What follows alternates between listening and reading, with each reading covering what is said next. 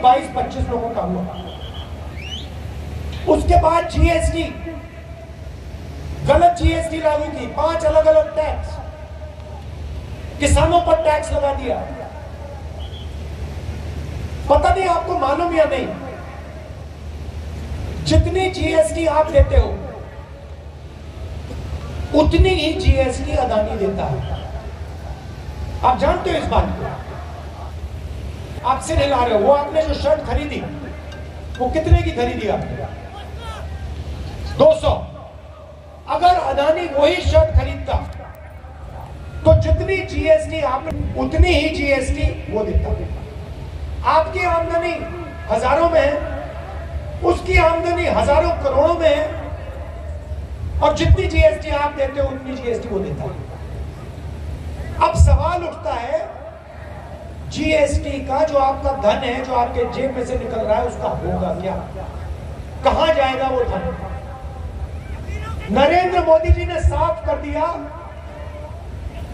कि उनके 10 सालों में वो पूरा का पूरा पैसा 20-25 लोगों के हाथ में उन्होंने दे दिया। उन्होंने अरबपति बनाए हैं, 30-40 उन्होंने अरबपति बनाए हैं। अब मैं आपको बताता हूं कांग्रेस क्या करने जा रही है।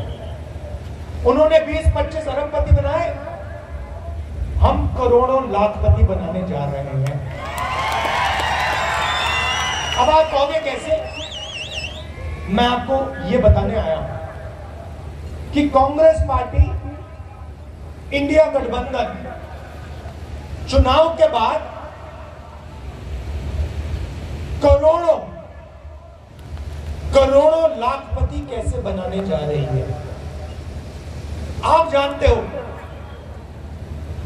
कि हिंदुस्तान में महिला भविष्य की देखभाल करती है। यहां पुरुष बैठे हैं, महिलाएं भी बैठी हैं, देखिए ताली हो जानी। अब देखिए 21वीं सदी में स्त्री और पुरुष दोनों जॉब करते हैं, सही बात है ना? ठीक है, 8 घंटे की 10 घंटे की जॉब होती है।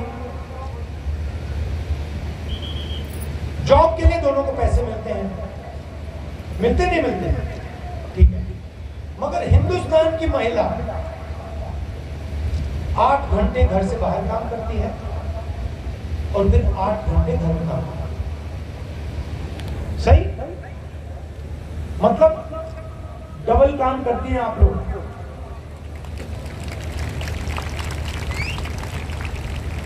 देखो महिलाएं ताली बजा रही है, पुरुष ताली नहीं बजा रहे। मगर सवाल यह है कि जो आप घर में काम करती हैं, भोजन पकाती हैं, बच्चों की देखभाल करती हैं, उसके लिए आपको कोई पैसा नहीं मिलता, कोई कॉम्पनसेशन नहीं मिलती। कभी मिली आपको? नहीं मिली ना? वो तो आप काम फ्री में करती हैं। तो इसीलिए कांग्रेस पार्टी महालक्ष्मी योजना ला रही है। अब महालक्ष्मी योजना क्या है मैं आपको बता देता हूं। हिंदुस्तान के सारे गरीब परिवारों की लिस्ट बने, हर जात के, दलित, ओबीसी, गरीब, जनरल कास्ट लिस्ट बनेगी और उस लिस्ट में से हर परिवार से एक महिला चुनी जाएगी। उसमें बीडी वर्कर्स होंगी, उसमें किसान के परिवार होंगे, उसमें मजदूरों के परिवार होंगे, छोटे कारीगर होंगे, और उन महिलाओं को, करोड़ों महिलाओं को कांग्रेस पार्टी साल के 1 लाख रुपए बैंक अकाउंट में डालेगी।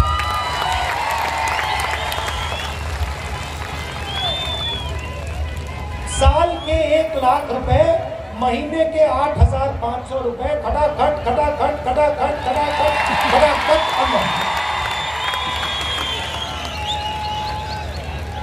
अब यहाँ पे कुछ बैठे हैं, सबसे पहले देखिए पैसा महिलाओं को जाएगा, मगर मैं जानता हूं फायदा आप लोगों को भी होगा, ठीक है। शिंदे जी, पृथ्वीराज चौहान जी,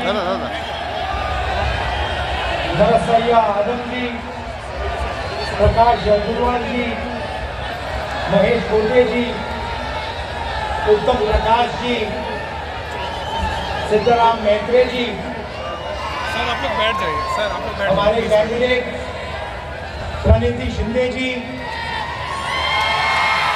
और मोहिते पाटिल जी, इंडिया अलायंस के स्टेज पे वरिष्ठ नेता, कांग्रेस के बब्बर शेर प्यारे कार्यकर्ता, इंडिया अलायंस के कार्यकर्ता, भाइयों और बहनों, सर बैठ जाइए आप लोग। आप सबका यहाँ बहुत बहुत स्वागत। थोड़ा मेरा प्रोग्राम लेट चल रहा है, आपको कष्ट हुआ थोड़ा, इसके लिए मैं शुरुआत में ही माफी मांगता हूं आपसे। मगर आज मैं आपको मजे की बात बताने आया हूं।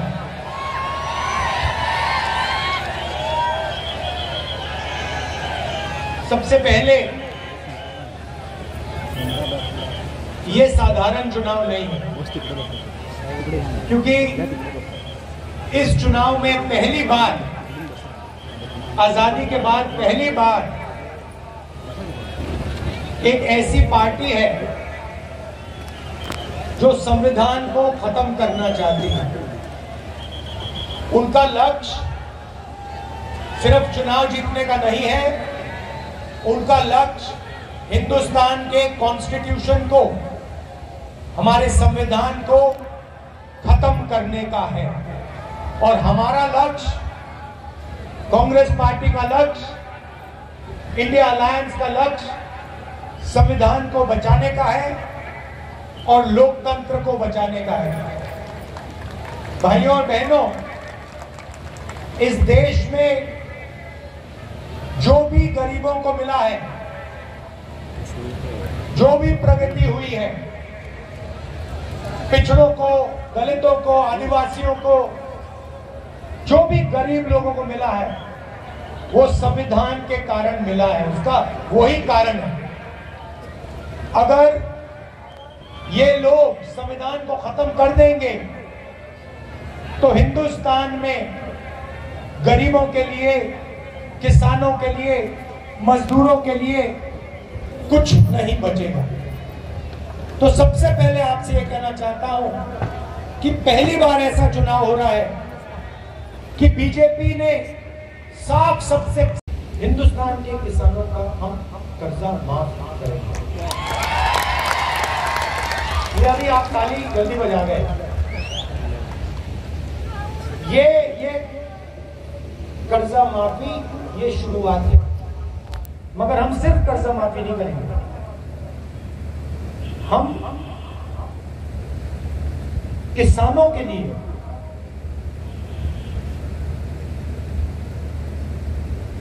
एक कमीशन रखेंगे और इस कमीशन का काम, तुमच्या या बहिणीला या लेकीला विसरू नका। युद्धावर चालले, युद्धावर चालले, तुमचा आशीर्वाद घेऊन राहिले।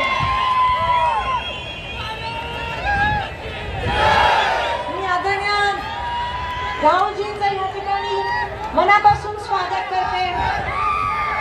आपल्याला एकत्र राहून जे 10 वर्ष या भारतीय जनता पक्षाने सोलापूरला मागे नेलं, आपल्याला बदला घेऊन आता सोलापूरला प्रगतीच्या पथावर आणायचं आहे। धर्म, जात, पात ची कीड जी बीजेपीने लावली आहे या देशाला, ती मुळापासून उपटून टाकवायची आहे आणि त्यांना दाखवून द्यायचे की आम्ही सगळे एक आहोत आणि सोलापूरची संस्कृती आणि सोलापूरची परंपरा आपण जपायची आहे। मी आदरणीय राहुलजी